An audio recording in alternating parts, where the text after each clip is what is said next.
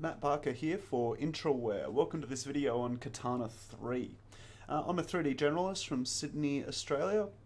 I mostly work with the tools from Foundry, and I also work with Eddie for Nuke. I use my art projects to test and demonstrate features in new software and that sort of thing, and this current work in progress I've got here I thought would be a great opportunity to show Katana 3 and what's new in it.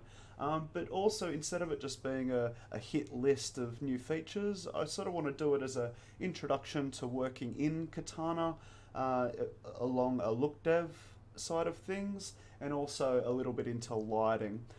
Primarily like an intro to Katana. Obviously in big studios this will scale up much bigger than this. This is going to be a basic example, but I think especially new people migrating from something like Maya to Katana for lighting and look dev work, I think you'll get a lot out of just seeing the process of how I would bring in a character like that to Katana. I'm going to be using my look dev scene. We're going to be starting from a template. That's one of the things that Katana is all about, making reusable templates that can scale with production but also just speed up productivity in production. And I'm going to be taking you through that. The look dev test scene I've got here that's live rendering at the moment is available on the Foundry forums. The link will be in the description as well. So Katana 3 has been a huge update for Katana. It's bringing a number of things under the hood, but the main things for artists to know about is that they've done a massive upgrade to the viewer. In fact, it's a whole brand new viewer. It's the Hydra viewer, they call it, which is powered by the Pixar USD viewer technology. So it's based on that tech. It's got some much nicer real-time performance. This is obviously not a strain on it, but we'll be bringing in more geometry to it. You can bring millions of polygons into the viewport now, and as well as having things like ambient occlusion, proper manipulators. There's a whole host of welcome stuff. If you've been a Katana 2 or even 1 user, you're going to be very happy with the initial rollout of Hydra, and there's a lot of developments coming, I'm sure, with that as well.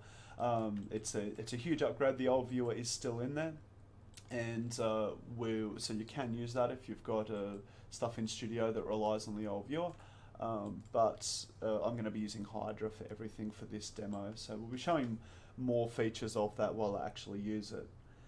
The other big feature that they've added is that Katana now comes with a renderer built in. For the first time when you install Katana, you now get 3D installed with Katana. So vanilla Katana users, it's mostly a huge boost to, especially people starting out or maybe trialing Katana. It comes with a pre-built, pre-integrated render engine, and it's really nice. It's simple.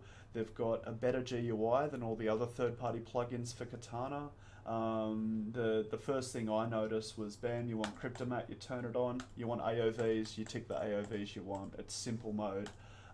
So there's a lot of nice stuff to say about 3D, and I'm going to be using that for this project.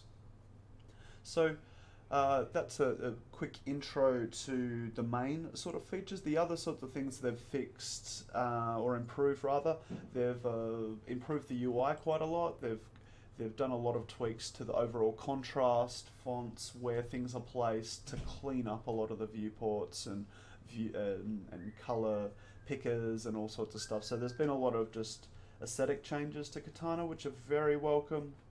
And it runs faster, which is always welcome as well. So we can start up Katana about twice as quick. When you're loading massive scenes, there's some huge speed boost there. Foundry have done a lot of videos on showing some speed comparisons to loading heavy scenes. I really encourage you to go look at the webinars and tutorials from Jordan and the team at the Foundry. They've been doing some great stuff there. I'm going to be starting in the next video looking at bringing in our model, starting in Modo. We're going to be looking at just some of the structure of my asset and some of the naming and things, and then we're going to go through and bring him in and do some basic look dev tasks on him. So I'll see you in the next video.